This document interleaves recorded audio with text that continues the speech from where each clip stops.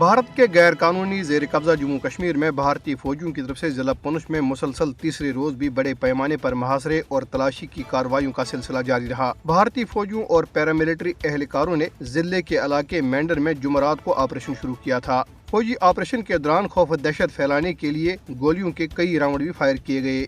نریندر مودی کی زیر قیادت فسطائی بھارتی حکومت RSS کے ہندوتوا ایجنڈے کو مقبوضہ کشمیر میں نافذ کرنے کے لیے ایک کے بعد ایک قدم اٹھا رہی ہے۔ مودی حکومت نے اپنے تازہ ترین اقدام میں مقبوضہ علاقے کی حتمی انتخابی فہرستوں میں 7 لاکھ سے زائد نئے ووٹرز کو شامل کیا ہے، جن میں زیادہ تر غیر مقامی ہندو اور بھارتی فورسز کے ریٹائرڈ اہلکار ہیں۔ قابض حکام کی جانب سے جمعے کو شائع کی گئی نئی انتخابی فہرستوں میں کم از کم 7,72,872 نئے ووٹرز کو شامل کیا گیا ہے۔ اس اقدام کا مقصد مسلم اکثریت کو بے اختیار کرنا اور اسے انتخابی سیاست میں غیر مؤثر بنانا ہے۔ قابض حکام نے جنوبی کشمیر کے ضلع اسلام آباد میں جماعت اسلامی کی مزید جائیدادیں ضبط کر لی ہیں۔ حکام نے بتایا ہے کہ ڈسٹرکٹ مجسٹریٹ اسلام آباد نے ان جائیدادوں کو غیر قانونی سرگرمیوں کی روک تھام کے کالے قانون UAPA کے تحت ضبط کر لیا ہے۔ یہ جائیداد ضلع کے علاقوں دانچی پورہ، مٹن اور سرمائی میں ضبط کی گئی، جن میں باغات، شاپنگ کمپلیکس، زرعی زمینیں اور رہائشی مکانات شامل ہیں۔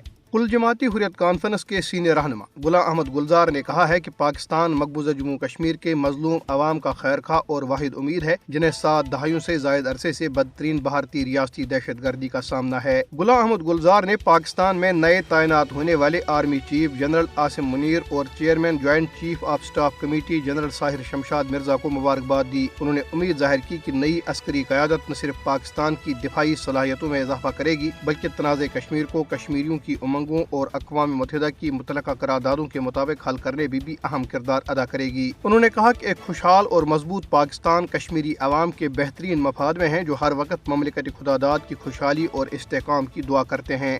مقبوضہ کشمیر میں سیاسی ماہرین اور تجزیہ کاروں نے افسوس کا اظہار کیا ہے کہ نریندر مودی کی زیر قیادت فسطائی بھارتی حکومت کشمیریوں پر بھارتی مظالم کو بے نقاب کرنے کی پاداش میں صحافیوں کو نشانہ بنا رہی ہے۔ سیاسی ماہرین اور تجزیہ کاروں نے سری نگر میں اپنے بیانات میں انٹرویوز میں کہا کہ مودی حکومت صحافیوں کو ہراساں کرنے اور انہیں اپنی لائن پر چلنے پر مجبور کرنے کے لیے اونچے ہتھ کنڈے استعمال کر رہی ہے۔